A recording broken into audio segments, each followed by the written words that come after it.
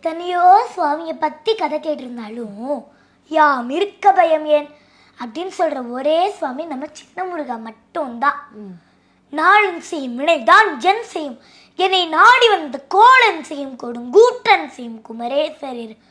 தாளும் சிலம்பும் சதங்கையும் தண்டையும் சண்முகமும் தோளும் கடம்பும் எனக்கு முன்னே வந்து தோன்றேன்னே முருகா. நிறைய விஷயங்கள் நாங்கள் உங்களோட வீடியோக்கெல்லாம் பார்த்தும்போது சரி என்னடா ரொம்ப சின்ன பையனாக இருக்கான், இவன் இவ்வளோ விஷயங்கள் பேசுகிறான், அதுவும் இப்படி பேசுகிறான்.